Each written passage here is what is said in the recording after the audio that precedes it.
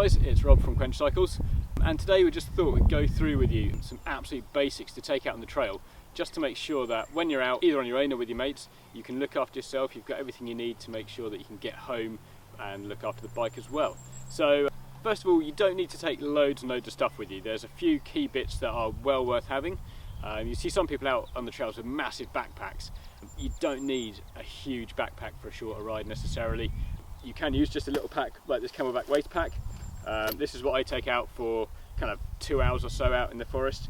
Obviously if you're further afield you might want to take more food, you might want to take extra layers of clothing, stuff like that. But generally for a ride somewhere like Bedgebury or a smaller forest where you're not going out all day, in here is everything I will take with me when I'm out riding on my own or with my mates. So let's start off and see what we've got in here. First of all, tools wise, it's pretty straightforward really. You just need some Allen keys, the ability to fix a puncture, and a couple of other little bits to fix a chain and maybe true a wheel or kind of straighten a wheel a little bit if you do get a wheel problem. So Allen keys wise, or tools wise, I use this really cool Topeak set. In here is everything I need to tighten pretty much every bolt on the bike, adjust my gears if I need to adjust those, even got a set of tyre levers, and I'll tell you more about these in a bit, but you get these little things called quick links. So if we have a snap chain, then I can use that alongside a chain tool to get my chain back together. Really easy to use, even if you're not massively mechanically minded, they are very simple. So well worth having as part of your toolkit. If you get a flat tyre, there's a couple of options as well. Fixing it, or fixing the tube, is one option. These little things are really cool. So these are little pre-glued patches. Dead easy to put on like a plaster, just stick it on your tube, press it down, leave it for a kind of minute or so, pump your tyre up, the tube up, and off you go. But obviously first you'll need some tyre levers. This Topeak set's got some. I always carry some spares as well if the tyre's really tight to get off the rim. Make sure you use plastic ones, just because they're not going to damage your rim. And slightly more advanced, but again very useful, your chain breaker. So again, if you do snap a chain, if you get it jammed somewhere and you need to take it apart, then very useful to have there. So that is basically tools wise kind of all you need. Another little bit that I will add to that, which is pretty useful, oh obviously tube, forgot about that. Worth having a spare tube. Even if you're tubeless, if you put a hole big enough in your tyre, if you're tubeless, that the sealant won't seal it, you can just stick a spare tube in.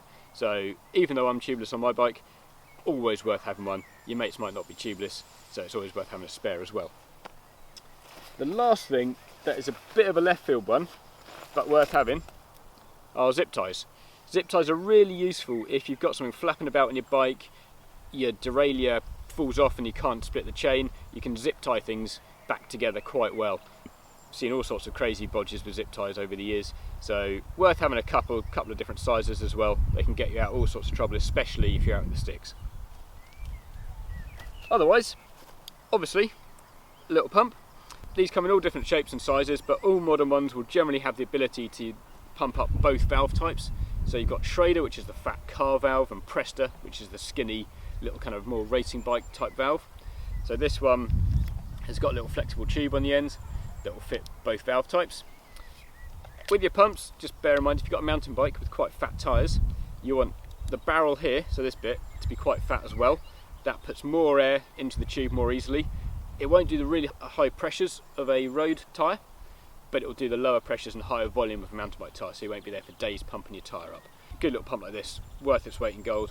Obviously you can get the CO2 canisters as well, but they do run out, so at least with a standard pump you'll always have air. So that is basically all your tools. So that's your bike looked after.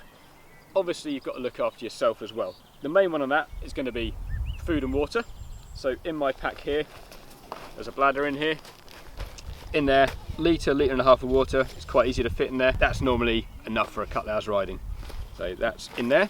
But also first aid. Well worth having just a little, very lightweight first aid kit. And obviously knowing how to use it. Well worth booking yourself in if you haven't done a first aid course. Even a basic first aid course will give you the knowledge to sort yourself out or potentially sort someone else out on the trail if there is an accident. In here it's just the real basic stuff of plasters, bandages, some tape, the absolute basics you need.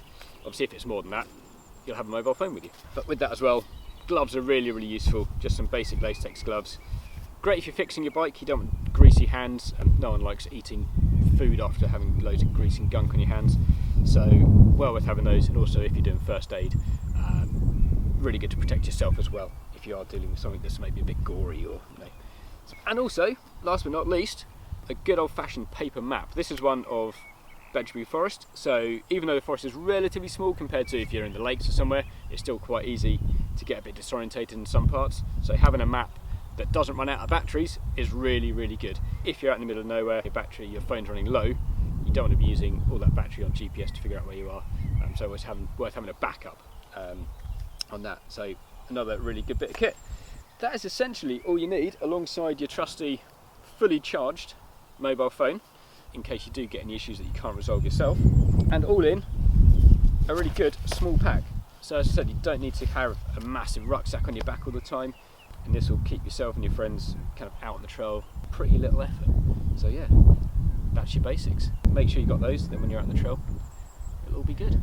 I'd like to hear your thoughts. Is there anything in there that you carry all the time that we haven't got in here? Is there anything that you want to ask about with trail packs? Any questions at all? Obviously put them in the comments, we'll do our best to answer them.